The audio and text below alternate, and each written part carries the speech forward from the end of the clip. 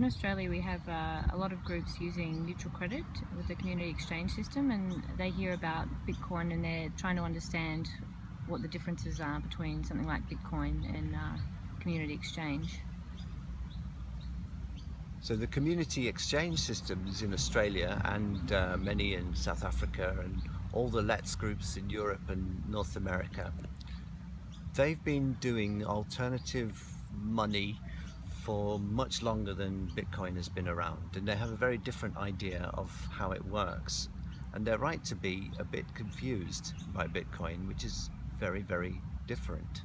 So in a community exchange system they use mutual credit accounting, which means that whenever somebody's balance goes up, somebody else's balance goes down, and they all start on zero. So that means there's credit in the system. Some people have negative balances. This is very good because it means the value of the coin stays the same, the value of the token or whatever you want to call it. And it also means you have always the right quantity that you need to facilitate exchange within the community.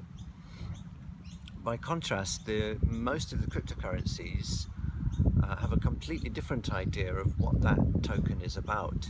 And they start by creating an arbitrary number of tokens, something like 100 billion, with no value. And then they get their value because people pay for them. So they set up markets where you can buy the tokens for dollars, and the more people want the tokens, the more dollars the tokens are worth. But these tokens have no corresponding negative balance as they do in mutual credit. So you can think of these as an asset currency, or maybe even a commodity currency, although it's a dubious kind of commodity because it has no function whatsoever apart from to be used as a medium of exchange or a store of value. So there are two completely different conceptions of what money is and what money should be, and these conceptions are optimized for different functions. So the mutual credit systems in the Let's and the community exchange systems are focused on the medium of exchange. They're all about helping people to do things for each other. And the token systems, the blockchains mostly, and the cryptocurrencies, they're much better for speculating and maybe for holding value in the long term if you think that they will continue to be valuable.